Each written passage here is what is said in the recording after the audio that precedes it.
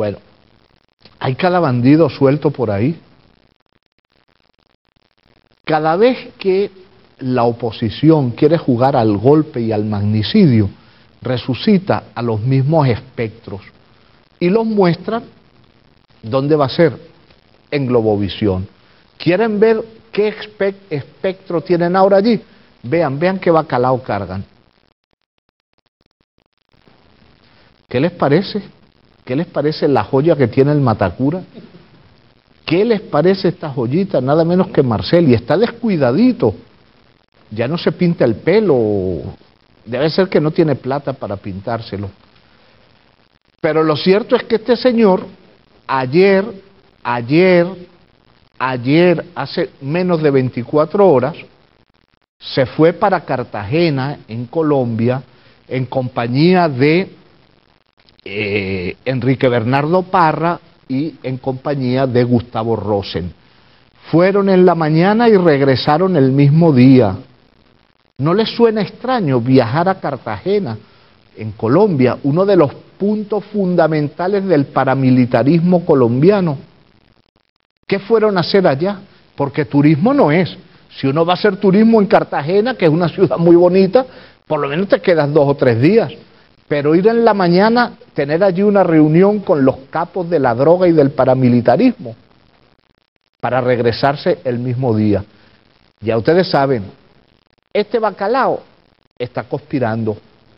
Él, en compañía del opusdeísta Gustavo Rosen. Ustedes saben que el Opus Dei está metido hasta bueno, ustedes saben hasta dónde, en toda conspiración de derecha que se produzca en Venezuela. Ahí está el Opus Dei. Y ese es Gustavo Rosen, el antiguo capo de la CanTV. Así que ya saben en qué andan estos bacalaos. Y la gente sabe en qué andan. Ellos están conspirando y son muy brutos. Son muy brutos porque, por ejemplo, Marcel, el día que se casó su colega Yongo, porque ustedes no sé si lo sabían, ambos son colegas, ambos se casaron con mujeres muy ricas.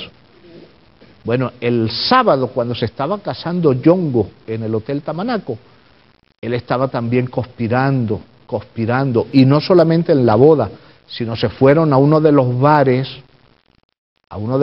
del hotel con Miguel Enrique Otero a hablar de conspiración, a hablar de magnicidio y a hablar de asesinato.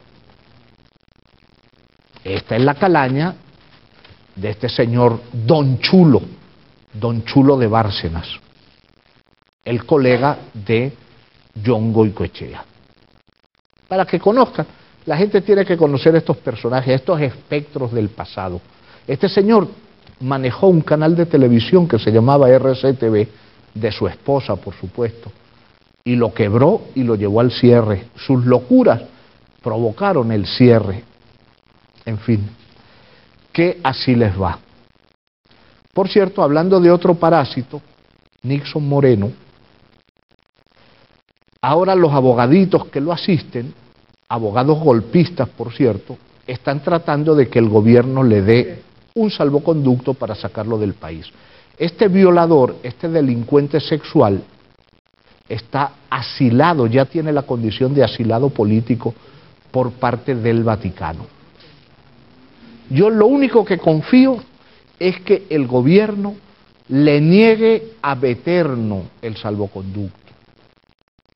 Por toda la eternidad le nieguen el salvoconducto. Que se cumpla con Nixon Moreno, que se venza el récord de permanencia en una embajada que hasta el momento lo tiene Víctor Raúl Haya de la Torre, un dirigente político peruano, el fundador del APRA, gran amigo de Betancourt, y que fue derrocado como presidente por minutos, y permaneció 20 años asilado en la embajada de Colombia en Lima. Bueno, que Nixon Moreno permanezca 21 años en la Nunciatura Apostólica. Ese bandido no puede salir de Venezuela, a pesar de que supongo que debe haber algún cardenal en Roma que lo protege y que está ansioso por obtener los servicios como violador de Nixon Moreno, porque eso es Nixon Moreno. Al que protege el Vaticano es un delincuente sexual. Y como decíamos ayer, debe ser que el nuncio Jacinto Berlocco creerá que la distinguido de la policía de Mérida, a quien él intentó violar, es una mentirosa, es una embustera, es una persona que no se le puede creer, porque esa señora identificó a Nixon Moreno como quien la golpeó, la humilló, la agredió, le rajuñó el pecho, le dio cachetadas, y aún así el Vaticano ampara a semejante canalla. En fin, que hay cada gentecita. Y por cierto, hablando de gentecita, vamos a ver a un experto en pelarse en sus análisis.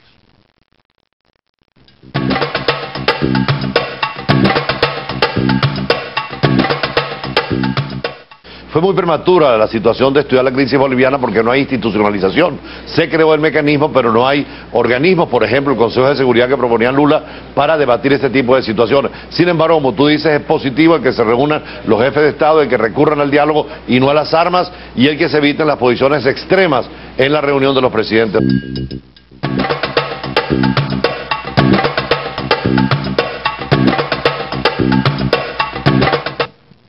Este señor no le dará vergüenza hablar de Bolivia.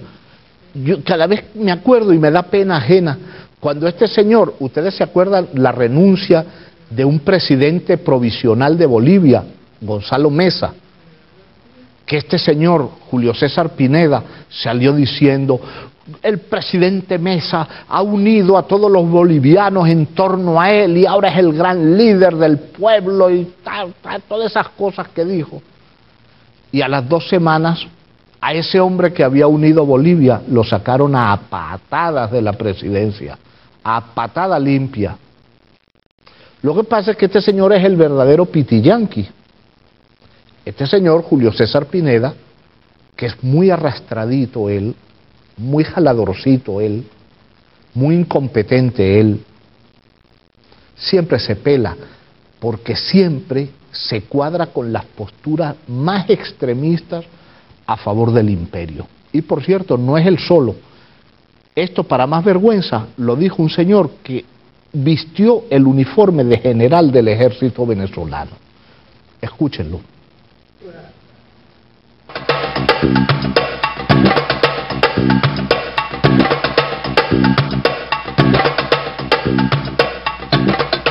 Que la confrontación, si se desarrolla entre este y oeste, entre comunismo y capitalismo, se va a pelear en territorio venezolano, es la infraestructura venezolana la que va a ser destruida y los muertos van a ser venezolanos, porque los grandes no pelean sus guerras en sus territorios, los pelean en el territorio, y allí está la conducta criminal de estas decisiones.